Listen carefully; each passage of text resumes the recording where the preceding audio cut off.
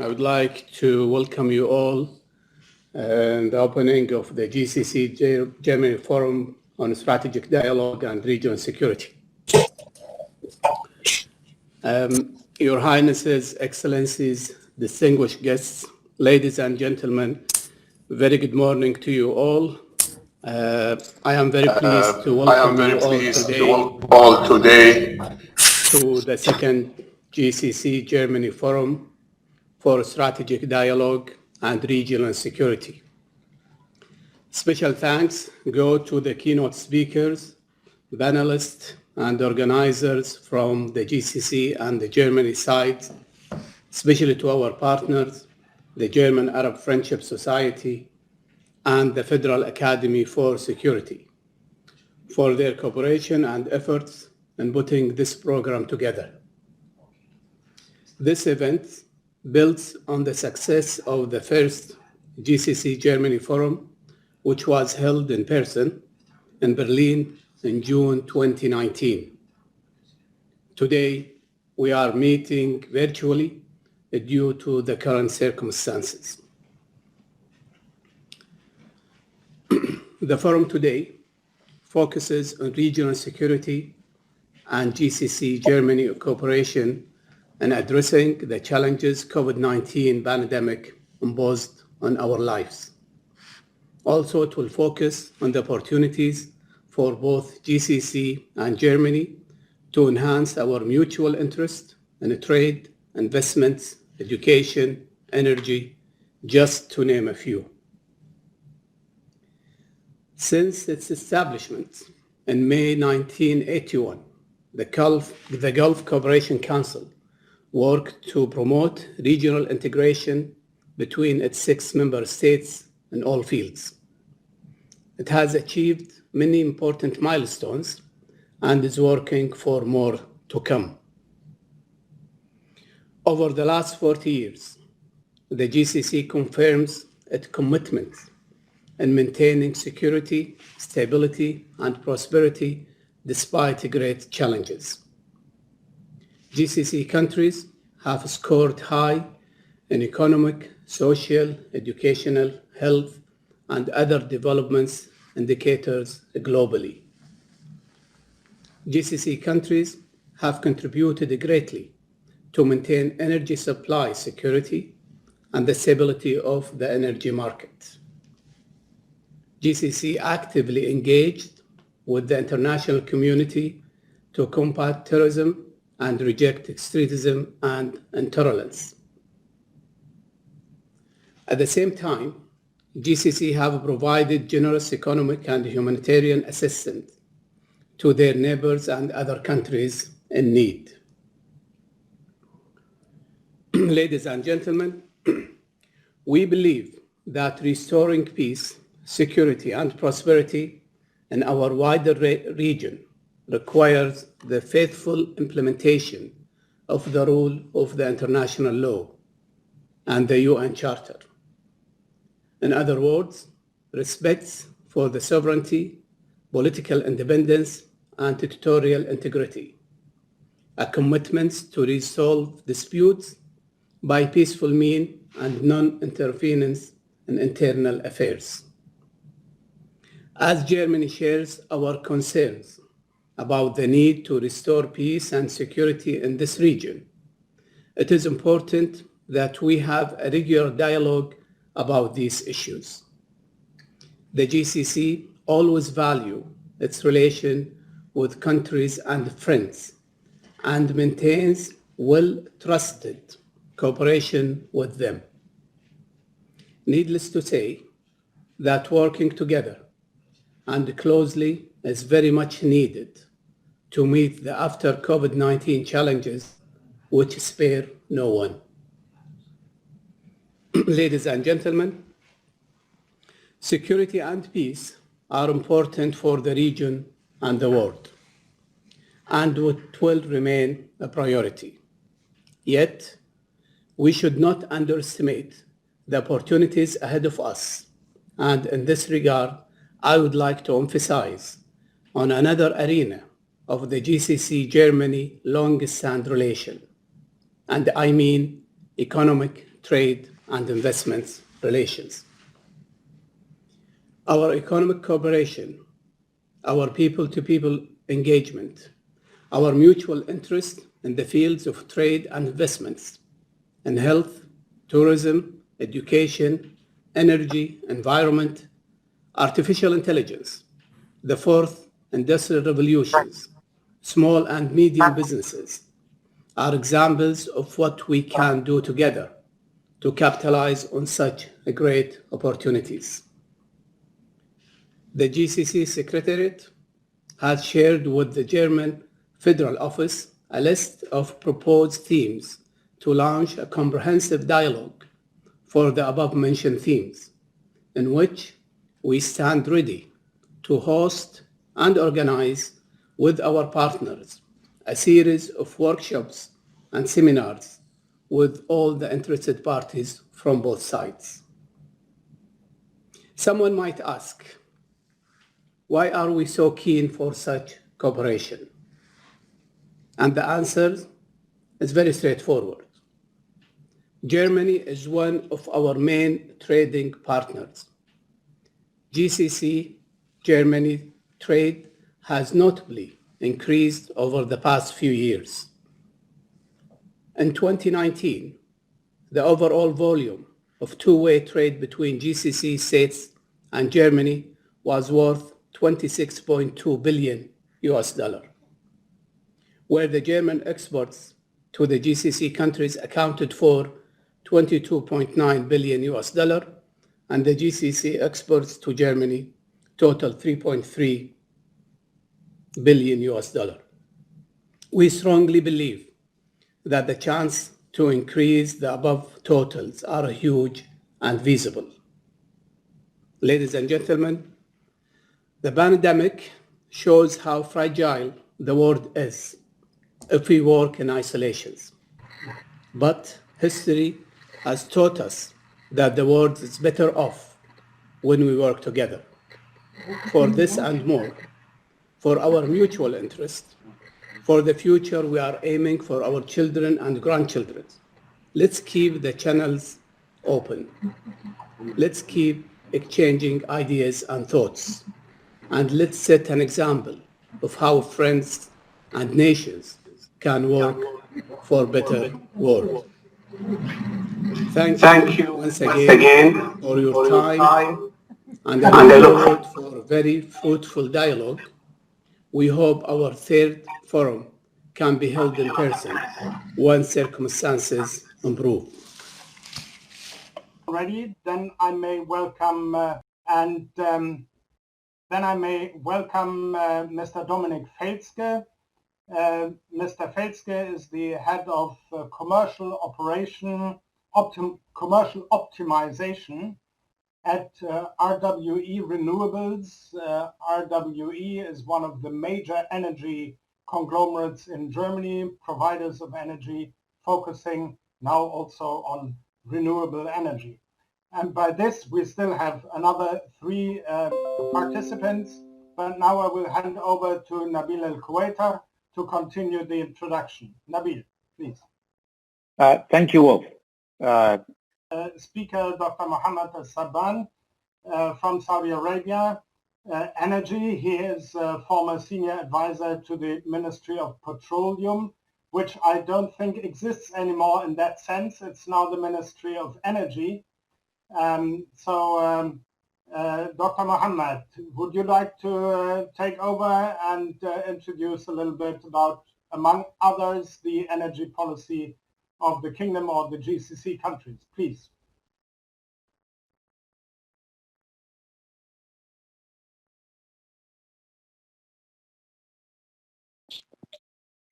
I think you can hear me now. Thank you very much for inviting me, the Secretary General, and also Dr. Al-Uwaishik. Thank you for the invitation to participate in this very respectable panel. Energy is very important, of course, for all of us, not only for GCC, but also for Germany. However, I think we need to set principles for such cooperation. we need to respect the need and priorities of the GCC countries in that regard. Second, that we need to treat each other on equal basis. These two principles are very, very important.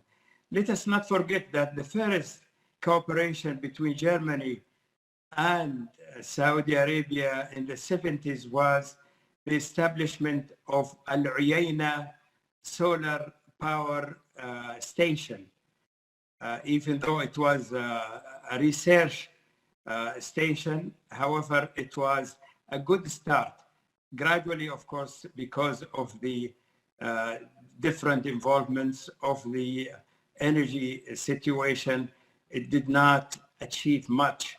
But I think starting the 2010 and beyond, Saudi Arabia and GCC start to give more importance to the renewable energy, especially solar energy. Somebody or the last speaker talked about hydrogen as an alternative. For Saudi Arabia, this is not a priority. Our priority is solar energy, wind energy, geothermal, that are very crucial to the GCC and the government of Saudi Arabia. Of course, has been highlighted by the Minister of Energy of Saudi Arabia, we are planning as a target to have 50% of power generation to be from renewables, and the other 50% from natural gas. And that shows how important renewable energies are. But for us, it is very important to, this is an economic need, aside from the environmental need. Environmental issue still, we are discussing that because we see a lot of biasness in the policies of the EU and other Western and industrialized nations against oil. We see when we talk about carbon tax, it's simply gasoline tax. And we see that we are still subsidizing coal industry. By the way, Chancellor Merkel is my good friend.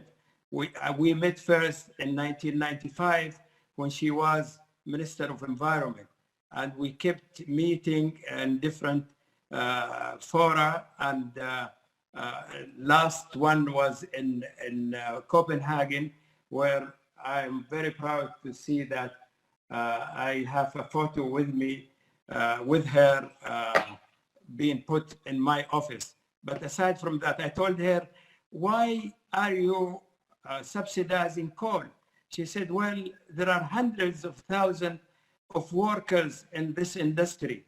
I told her, well, if hundreds of workers in this industry, the whole Saudi population are in the oil industry, directly or indirectly, and they will be harmed.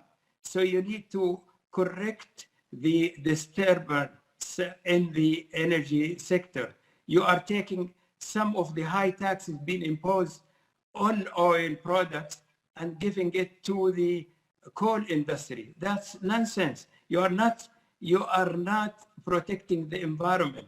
You are basically protecting your economic interests. She laughed and she said, well, Professor Al-Sabban, I will leave you with our environment minister to continue discussion. But anyway, I have high respect for her, and I think she is a great woman. But aside from that, I think it is very important to alleviate the biasness with regard to the climate negotiation.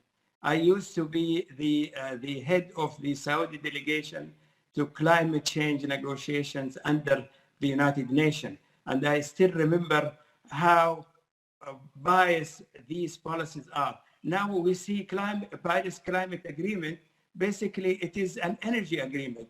they selected only CO2 aside from all other greenhouse gases, and they selected energy sector aside from all other sectors. That's nonsense. This is not how to protect the environment. So I think for Saudi Arabia, we are serious about renewable energy for economic reasons. And if we see that there is no biasness from the part of the Western nations as far as climate policies, then we may continue to explore other renewable energies, including hydrogen. But for the time being, I think this is not a good start for us.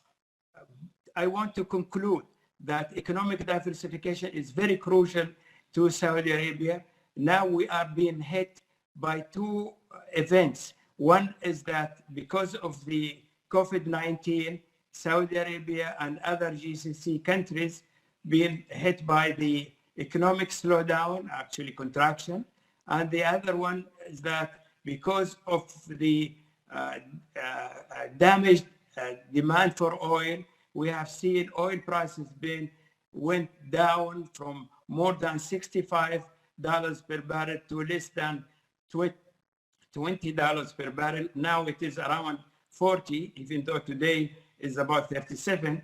So we are concerned that this is not, sustainable for us. We have huge budget deficit, and our national debt is growing up and up. And I think we need the help of our partners if they are honest and they want to help us and capture opportunities. I like what the Minister of State of Germany said this morning, saying that, well, we are looking for a win-win solution situation, and we are in the same boat. We are looking for that solution. So please help each other. Let us help each other. Let us transfer technology with concessional basis. Let us start to flourish this area. This area is very important to all of us. Thank you. I'm sorry for taking that long. Thank you very much, Dr. Muhammad, for this very important statement. Now I will hand over to Mr. If you allow me, I want to intervene here. I fully agree with Dr. Al-Ruwaishik. This is a hopeless case. We know that negotiations started in the 80s of the last century, not 2 centuries, 1 century. And there was no agreement at all. And now I think we need to proceed with other countries. China is more than willing to have this free trade area, United States and others. For the EU, I don't know why, what is the reason, but it definitely is not the export duties. It is something else. It has to do with some hidden political issues that were not very transparent. That's one point. The second point that I would like to raise is the argument that has been floated up in the EU and other industrialized countries that it is about time to get rid of oil consumption. That's nonsense, because you are antagonizing GCC countries. When we heard Fatih Birol of the IEA saying, well, the world should end reliance on oil, this is very disturbing, whether it is true or not.